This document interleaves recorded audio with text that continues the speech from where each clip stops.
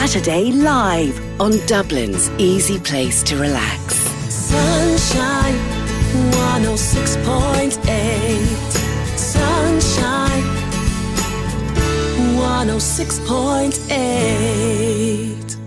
Debbie, I'm delighted to have you back. And as we continue our series now on going through the chakras, the 7 chakras, and I think this is a very auspicious day to be doing this, because the chakra that we are concentrating on this month, the sacral chakra, is very much aligned with the full moon. And of course, we have the full moon next Tuesday. So it's almost like the planets were aligned for you to be with us this Saturday to talk about this. And of course, this chakra is very much concerned, well, you're the expert here, I only know a tiny little bit, but very much concerned with our emotions and our feelings of well-being and our emotional health and creativity and sensuality and all the rest of it, yeah?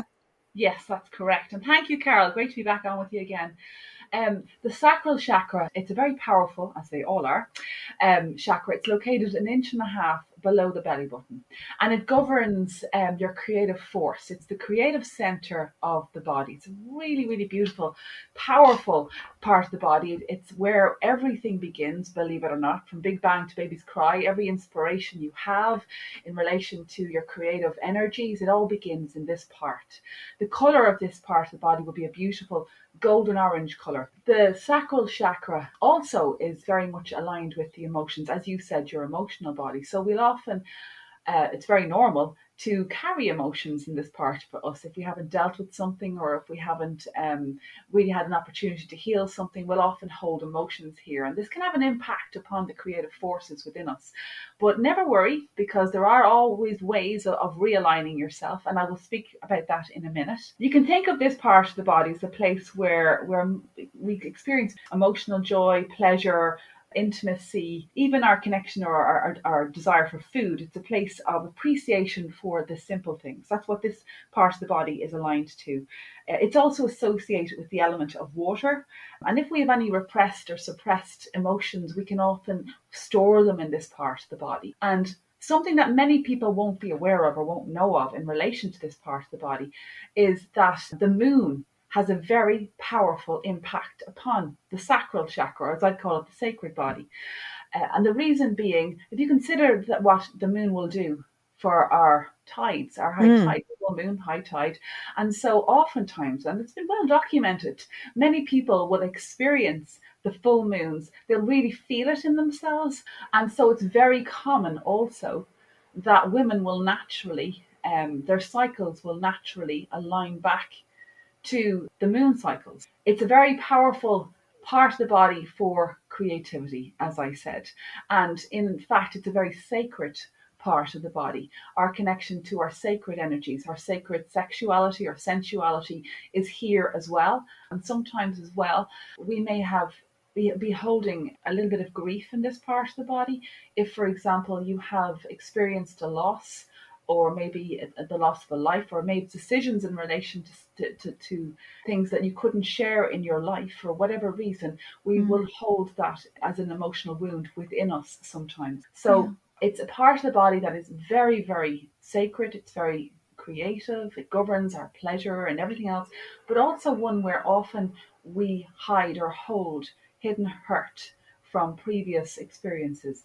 So it's one where we would want to be very gentle with ourselves. Obviously, I know they're all powerful in their own way, Debbie, but this sounds like a particularly powerful chakra. And I was reading during the week too that it's also a chakra which is associated with fear, and particular fear of change. And I think, it's fair to say that the experiences that we've all had over the last year or so, beyond a year, where things have changed beyond anything that we could have ever possibly imagined. And for many people, that has been a huge thing to deal with, and continues to be a huge thing to deal with. So again, there's another reason for us to concentrate on the chakra and see what we can do to actually maybe bring some balance back into it. So actually it makes life a bit easier to deal with. Well, that's absolutely. And you're right there in relation to that. And balance would be one of the most very important attributes to this part of the body. By just doing even breathing exercises into this part of your body, you can bring yourself back into balance. And it would be a very important and powerful thing to do. In fact, one of the exercises I would be recommending for this month would be a visualizing or imagining yourself breathing in a beautiful golden orange light into this part of your body, letting the body fill with this light, and visualizing at the same time whatever you would love to bring into your life at this time, whatever would be important for you to create.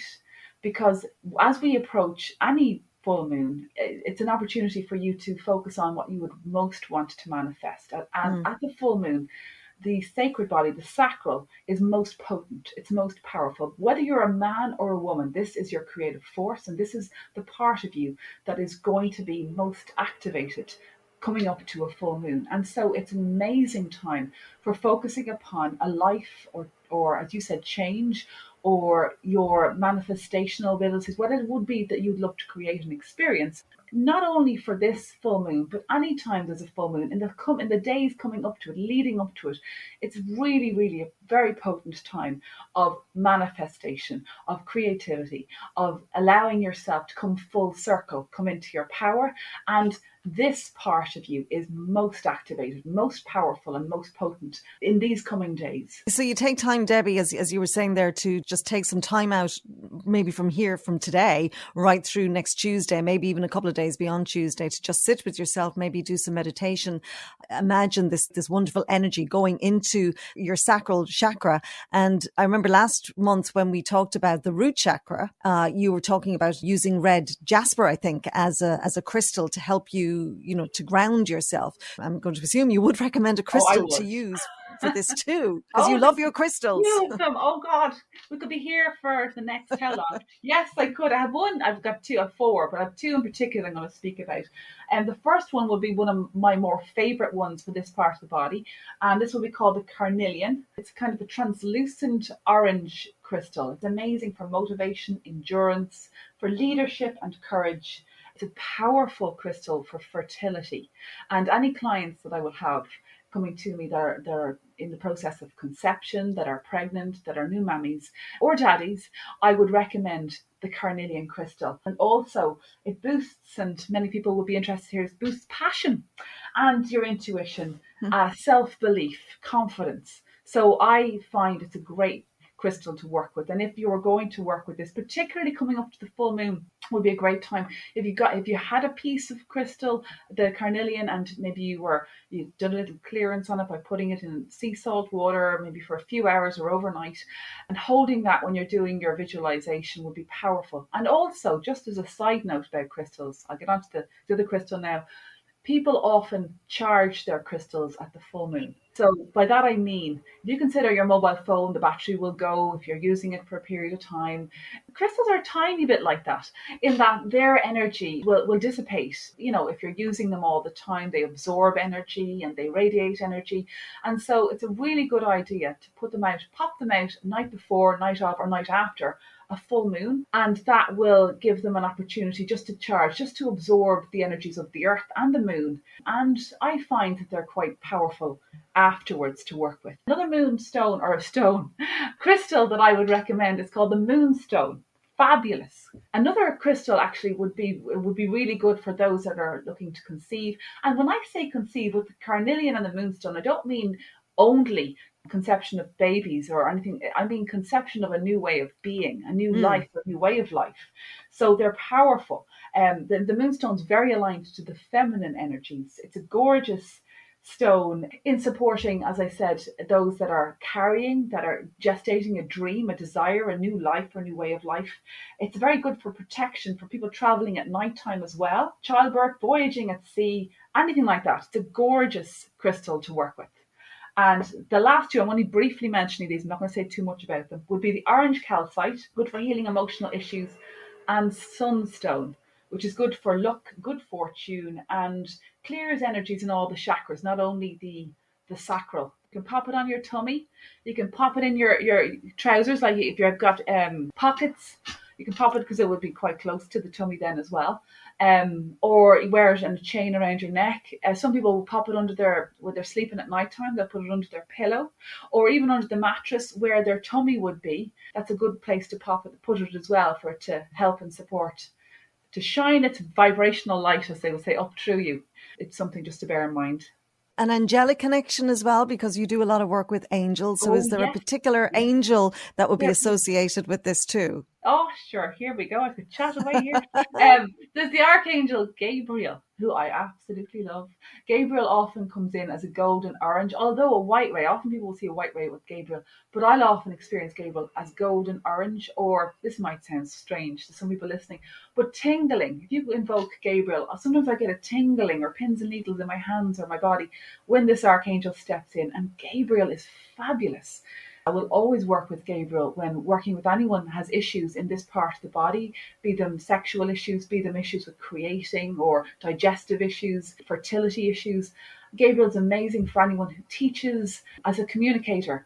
Amazing Archangel to call forth and invoke. And I'll often call an Archangel's name 3 times. That's all you need to do, just 3 times, and they'll come right in with you. Some people will have a very strong sense. Those that are naturally aligned or just very sensitive to energy will feel either the crystals activating or the angels coming in. Others won't feel anything, but maybe after a few minutes, just a sense of peace and calm descending over you. And if you were to do that technique of visualization, bringing in, imagining a golden orange ball inside you with your dreams, your intentions, your desires, and that doesn't only have to be done coming up to the full moon. It can be any time in the month, and if you wanted to hold your crystal or not. And what I always find is it really amplifies up a lot when you invoke the archangels, particularly if you feel a calling for that. If that's something that would make you feel good, for emotional support as well. Gabriel's another archangel that I would highly recommend. Maybe not being able to sleep at night time because you're really overwhelmed with emotions and things that are going on and just feeling unsupported, because support is one thing that will come very strongly with this archangel. Ask or intend or imagine a golden blanket of light being wrapped around you. And that's really a lovely way to fall asleep at night time as well. Absolutely. Okay, thank you so much, Debbie. All right, so that's the sacral chakra that we're concentrating on this month. So something to be very mindful of, and maybe to spend some time, if you can, on a daily basis, particularly around the full moon next Tuesday, of taking some time, even 5 minutes, to meditate and think on that, and maybe something then to take with you throughout the rest of the month. And if anybody wants to find out any more information about it, of course, go to Debbie's website, because she is an expert in so many different fields. It's true. All the information is on there. She's got some wonderful courses as well. She also hosts a fabulous weekly meditation, which is very, very powerful. So it's all at angelicconnections.ie. And we will continue our journey through the chakras next month. And I think next month, if I'm correct, Debbie, would be going to the solar plexus if we're going up. The solar plexus next month, your power center, also, as they all are in their own way, a very important chakra to work with. There I'll be covering the crystals and the archangel that I would recommend that you work with in relation to that part of you as well. Fabulous. Well, we'll look forward to that next month. And in the meantime, as I said, Debbie, thank you very much for joining us. Debbie Boyle, angelicconnections.ie, and look forward to another conversation in May. Thank you so much, Debbie. Thank you, Carol. Thank you so much.